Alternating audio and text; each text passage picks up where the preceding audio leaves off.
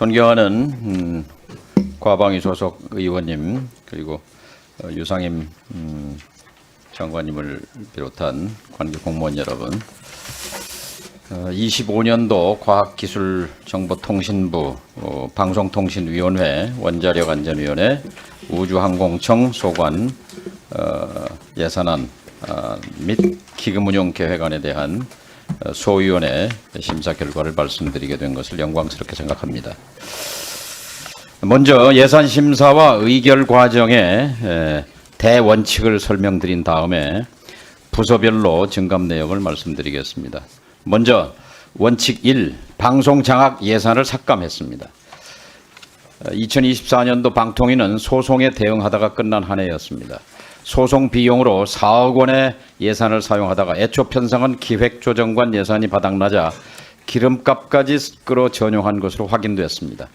정부 여당을 비판하는 언론 보도에 내려진 법정 제재에 방송사들이 불복해 제기한 행정소송 집행정지, 최근 MBC PD수첩에 대해서는 본안에서도 패해 30전 30패를 이어갔습니다.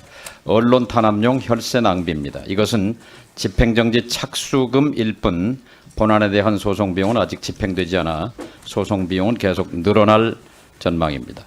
소송비 전용이 벌어진 운영지원과 기본경비, 기획조정관 기본경비 등 35%를 삭감했습니다. 소송 비용의 무단 전용이 벌어진 부서에 대해서 예산을 감액했습니다. 고위 공무원단의 직책 수행 경비도 감액했습니다. 운영지원과 국내 여비와 관서 업무 추진비도 감액했습니다. 소송 대리인 선임료, 고문 변호사 선임료 등을 감액했습니다.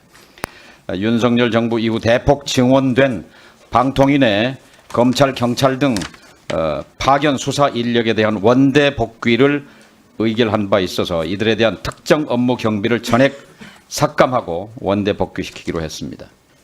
따라서 방통위 본부 총액과 기본 경비에서 12억 8천만 원과 2억 4천만 원을 삭감해 총 15억 3천만 원, 34.7%를 삭감했습니다. 그 밖에 국내외 협력 업무 수행 1억 9천만 원 감액, 방송통신 국제협력 강화 예산 5억 1천만 원 등을 감액했습니다. 다음 방심위원장의 총리급 연봉을 삭감했습니다. 유희림 방심위원장의 연봉 5천만 원을 삭감하고 포함해서 총액 연봉 2억 4천만 원을 삭감해서 이를 방심위 직원들의 처우 개선에 사용하도록 했습니다. 유희림 방심위원장의 방심위 기본 경상비 30%를 감액했습니다.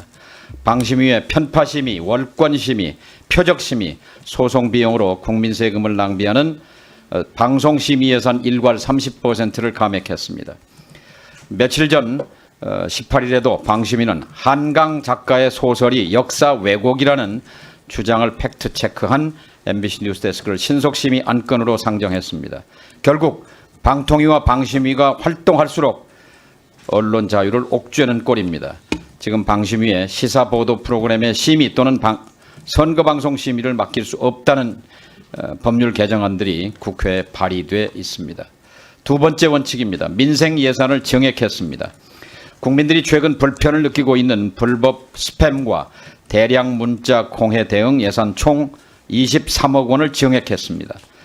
방통위는 최근 딥페이크 성범죄 심각성에도 불구하고 대응정책 예산 등을 미편성하고 있다는 지적이 있었고, 딥페이크 범죄 대응정책 수립은 법무부 등 소관이라며 예산을 편성하지 않고 있어서 텔레그램을 통한 디지털 성범죄 N번방 사건 이후 사람이 유포된 불법 촬영물 식별에 대한 한계가 있다는 지적이 있으므로 불법 촬영물 유통 방지를 위한 예산 16억 원을 정액했습니다.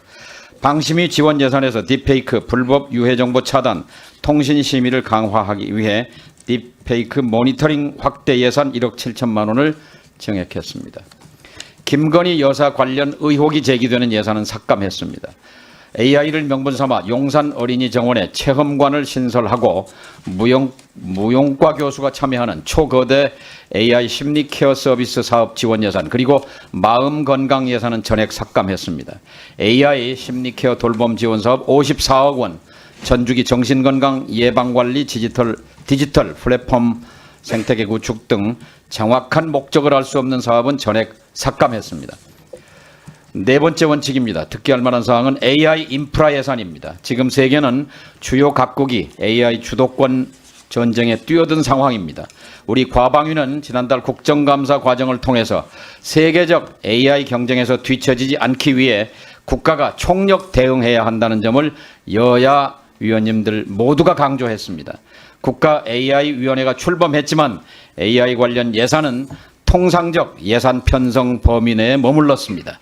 이에 국회 차원에서 선도적으로 AI 인프라 투자 예산을 책정 배치할 필요성이 있다고 보고 여야 지도부의 통큰 정치적 합의를 통해 25년도 예산 총액 677조 가운데 삭감되는 예산분 가운데 상당액을 AI 인프라 구축과 지역 균형 투자에 할애할 수 있도록 그 기초를 예산안에 반영했음을 말씀드립니다.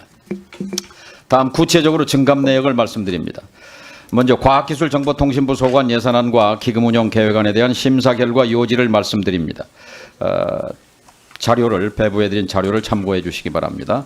일반 회계 세출 예산안은 1조 3,700억 원을 순증했고 소재부품 장비 경쟁력 강화 특별회계는 40억 8천만 원 순증, 지역균형발전 특별회계는 2,051억 8천만 원 순증, 고등평생교육 지원 특별회계는 446억 2천만 원 순증, 에너지 및 자원사업 특별회계는 102억 6천만 원 순증, 책임운영기관 국립중앙과학관 특별회계는 46억 7천만 원 순증, 책임운영기관 국립과천과학관 특별회계는 42억 1천만 원 순감, 우편사업 특별회계는 세입은 789억 4천만 원 순감, 세출은 2,597억 7천만 원 순감, 과학기술진흥기금 26억 6천만 원 순증, 방송통신발전기금 288억 6천만 원 순증, 정보통신진흥기금 96억 5천만 원 순감, 기후대응기금 83억 3천만 원 순증했습니다. 100만 원 단위 이하는 생략했음을 말씀드립니다. 총괄적으로 주요 예산에 대해 말씀드리면 미래 AI 산업의 체계적 육성과 발전을 위해 AI 개발 및 보급에 필요한 예산을 반영했습니다.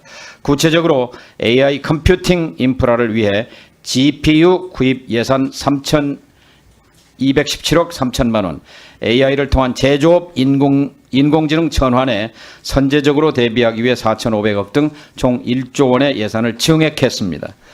다음으로 일반회계 세출 예산안의 주요 증감 내역에 대해 말씀드리면 첫째, 개인 기초연구사업은 중견연구지원 확대, 신임교원의 초기정착 지원을 위해 씨앗 연구지원 확대에 필요한 예산 640억을 증액했습니다. 둘째, 민관합작 선진 원자로 수출 기반 구축은 국민적 동의 없이 원전 카르텔들이 모여 결정한 소듐 냉각 고속로 SFR 실증 사업은 충분한 논의 없이 시작할 수 없기 때문에 63억을 감액했습니다. 셋째, 디지털 격차 해소 기반 조성은 지역 인프라를 활용해 교육 접근성 향상 등을 위해 276억 3천만 원을 증액했습니다.